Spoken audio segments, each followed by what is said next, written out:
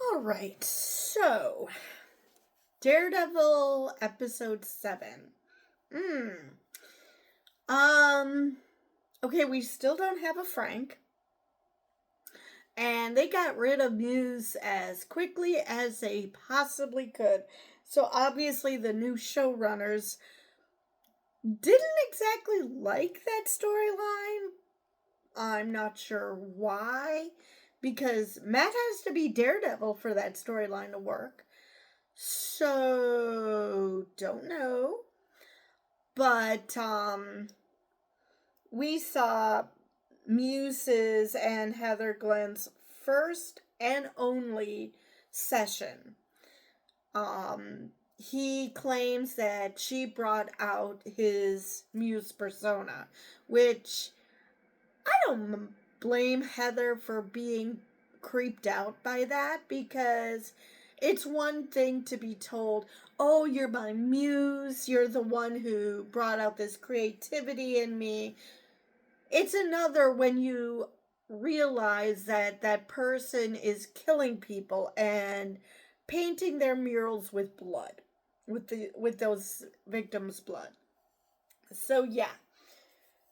So Heather, of course, is creeped out this entire time because he seems obsessed with her. And we go from being obsessed with her to killing her and using her blood to create more murals. If you thought that Bastion wasn't crazy, yeah, this rather put that to bed. So Matt has helped out two women. Two women in this episode seem to have figured out that Matt is Daredevil. First, we have Angela, who was apparently very with it. She's the one who said that Daredevil saved her, which when Kingpin found out about it, got super pissed.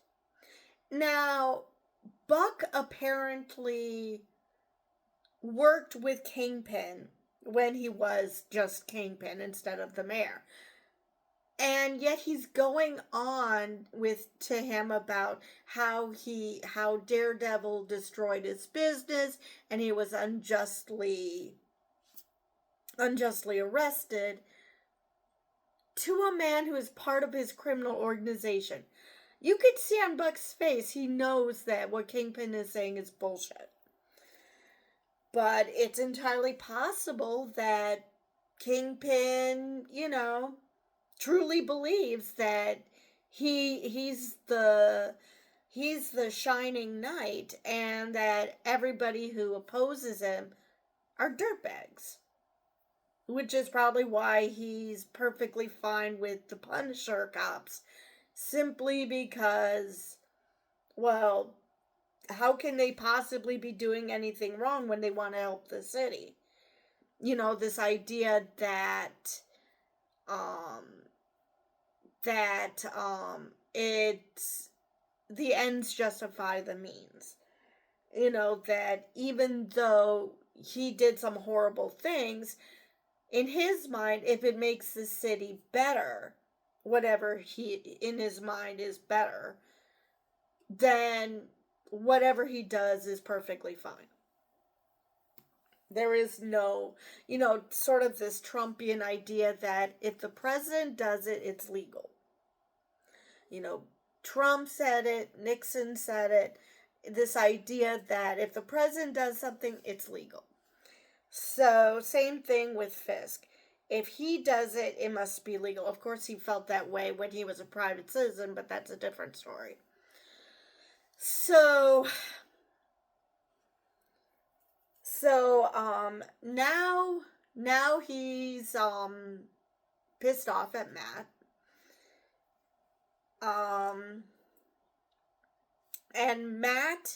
And Cherry is mad at Matt because he asked him to stay away. Now, I didn't catch all the dialogue, but he point out that her aunt, Angela's aunt, actually was the one to call Matt and say that Angela was in trouble. And that's why he became Daredevil again. It's not that he just said, "Oh, Cherry asked me not to deal with it, so I'm just going to ignore it." No, there was extenuating circumstances. So, I think he did tell Cherry, but that didn't stop Cherry from being pissed.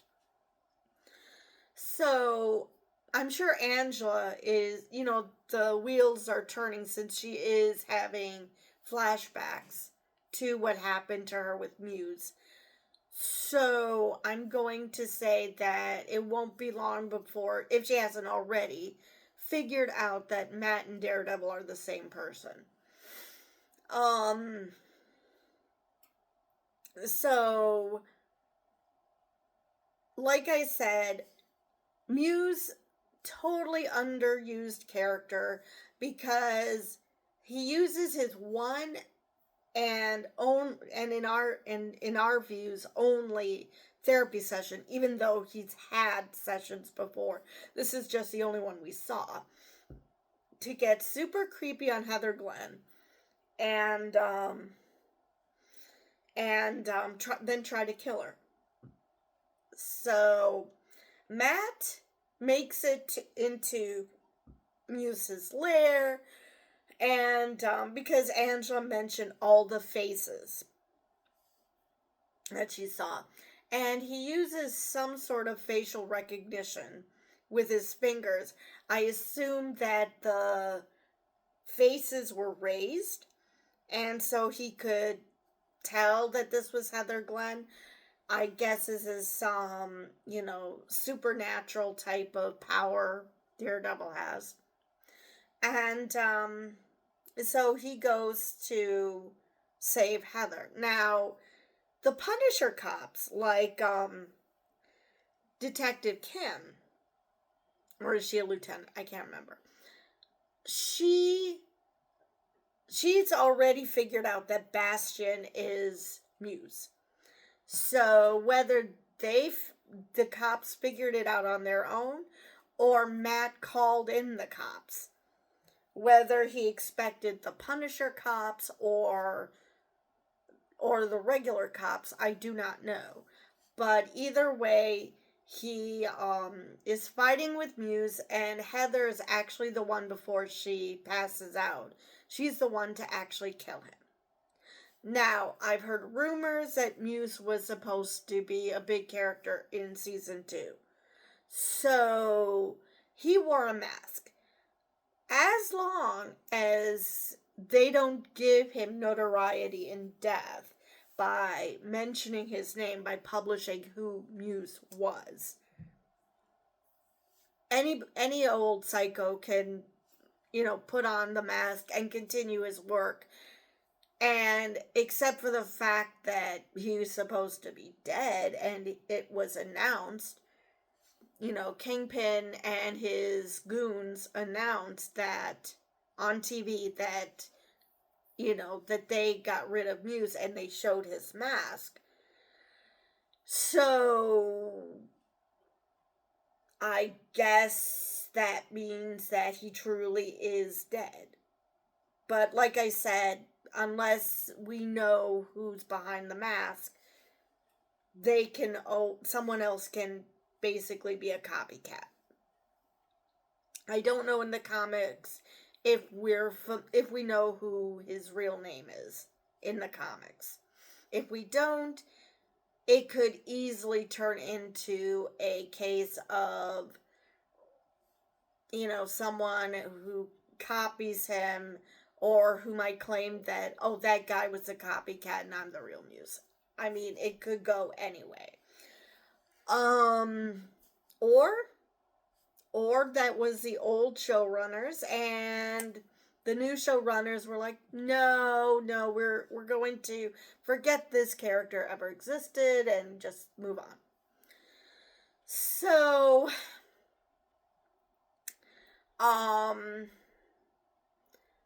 yeah, Heather survived, and it seems like she's finally putting 2 and 2 together, especially since She asked Matt earlier in the episode about if he's doing self-harm, which I guess technically being Daredevil could be construed as that because he's allowing himself to get beaten up.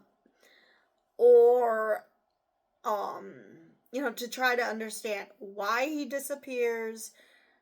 He talks about his previous life, and she, of course, thinks he's talking about Foggy and Karen and his former friends when he's talking about Daredevil. So between that and the fact that he spoke to her to keep her from dying, it's entirely possible that she too is going to figure it out. The fact that she is still alive and Muse is dead kind of takes her off Death Watch. She's no longer on Death Watch because the one person who I thought was going to kill her is now dead. Though he did try to kill her. And again, we are dealing with humans who take a lot more punishment than regular humans should be taking, but okay. Now the interesting part of this episode was when BB went to visit Daniel Blake, and he threatened her, and she recognizes that, even though he tries to brush it off as it not actually being a threat, that he's just, warning her against his boss, who, but at the same time is a great guy. Okay, that makes perfect sense. Oh yeah, he's a great guy, and we don't want you to shit on him, so I'm going to threaten you, but I'm not, it's not really a threat, even though it's totally a threat. Very bizarre. Now, we don't hear BB's reply. Now, considering Daniel is a bit of an idiot, she could easily tell him whatever he wants to hear and then just not do it, because obviously she now knows that Daniel has drunk the Kool-Aid and she needs to stay the holy hell away from him. That he is gone mob boss. He has gone completely gangster on her. Now, he claims that she needs to do this because of the trouble she got him in for him spilling his guts about something. And she's like, you were high. I don't know why people mix up high and drunk, but okay. So in his mind, he sees that this is BB doing him a favor. Because he's, Kingpin is a great man, and she owes him, and, I'm sure BB is starting to question everything. If she thought that Fisk was a good guy, I'm pretty sure she's starting to question that.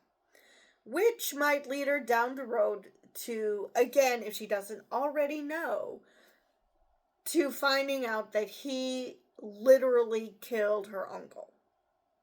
Because we still don't have any definitive proof that she knows either way. I want her to know. I want her to know because at least these last couple of episodes are going to be very interesting if they continue to show her and her BB reports. This is the first episode where we saw BB, but no BB reports. We just saw Daniel watching a BB report, but it wasn't like the previous ones, which I can only assume that this is where they whole hog the new team took control. That this wasn't a let's finagle the footage we already did. and to try to make it cohesive leading into what we want to do in season 2. This is the first time we didn't see a BB report, let alone, smattered throughout.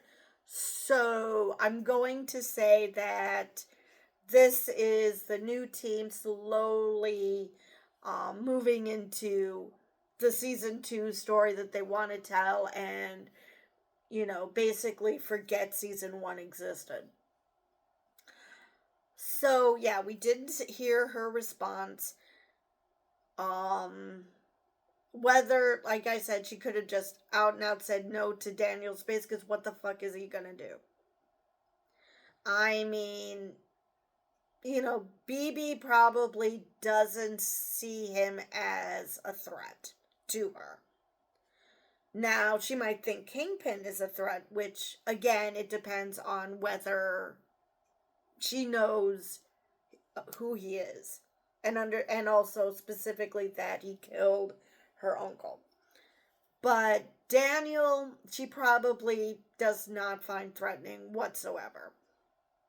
So she could easily A, lie to him, or just out and out say no to his face.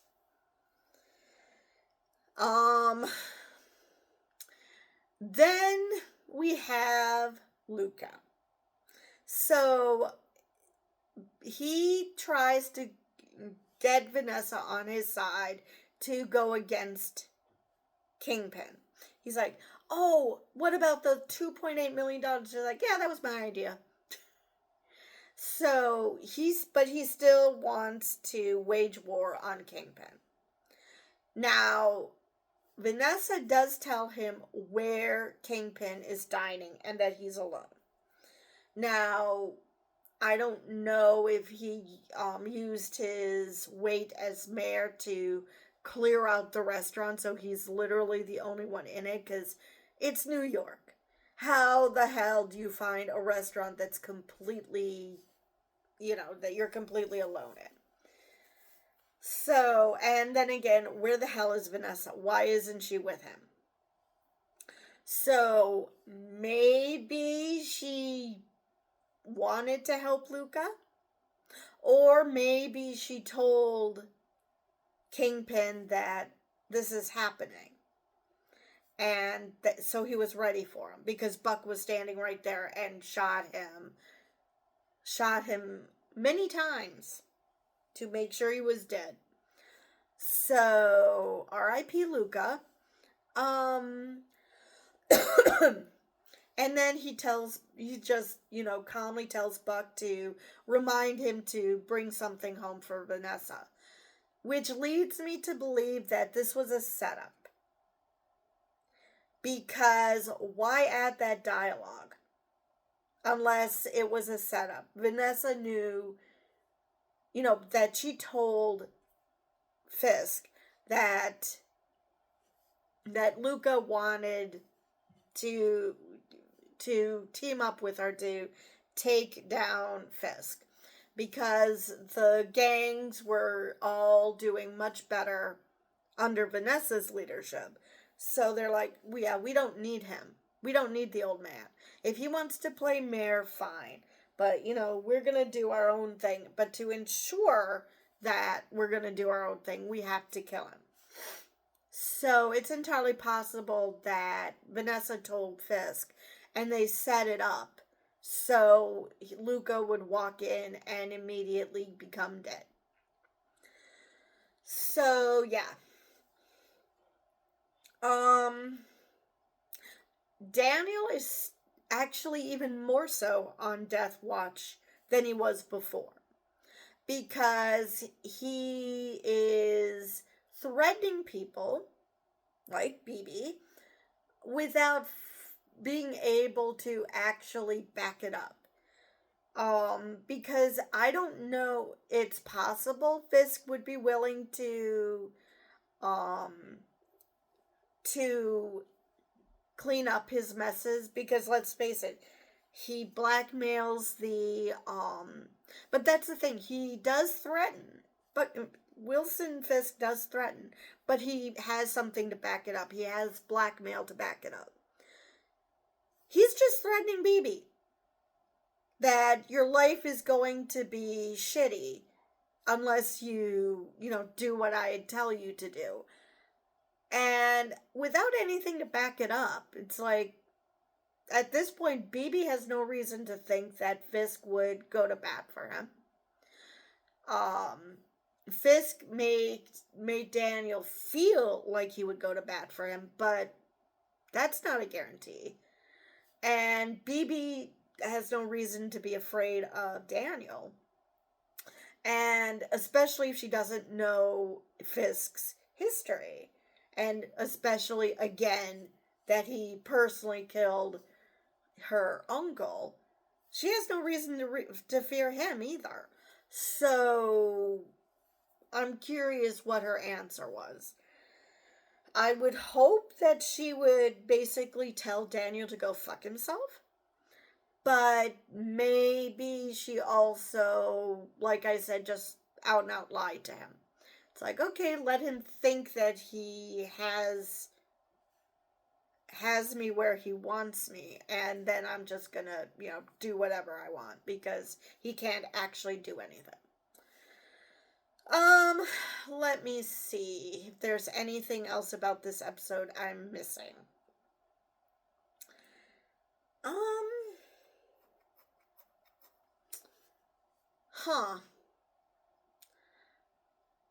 They keep referring to Muse as, well, they didn't, I don't think they referred to him as a vigilante, just disturbed this time. Which is what he is, or was. He was very disturbed. He obviously wanted to be famous, to have people notice him, which is very strange that you're wearing a mask, but okay. I believe that is all I have. I think I covered everything I wanted to this episode. So with that, I will see you guys in the next one.